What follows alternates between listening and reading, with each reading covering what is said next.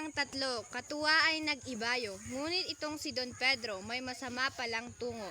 Nagpahuli kay Don Juan kay Don Diego. Umagapay ito'y kanyang binulungan ng babala kataksilan. Ang patay na iwan natin pangadan ay may dalhin.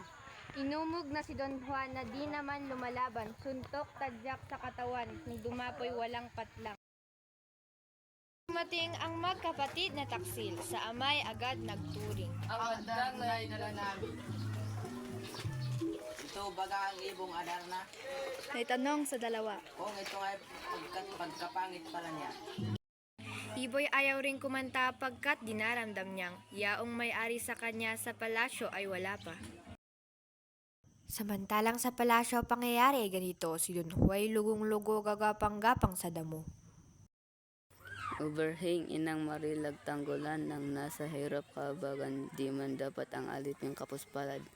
Di ko malubos isipin kapatid ko ay nagtaksil kung sa ibon po ang dahil kanila na't di na akin.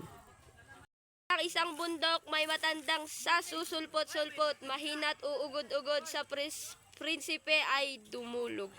Sa lanta at nalamog na katawan ay hinagat, sugat at lamang nalasog, pinaglalagyan ng gamot.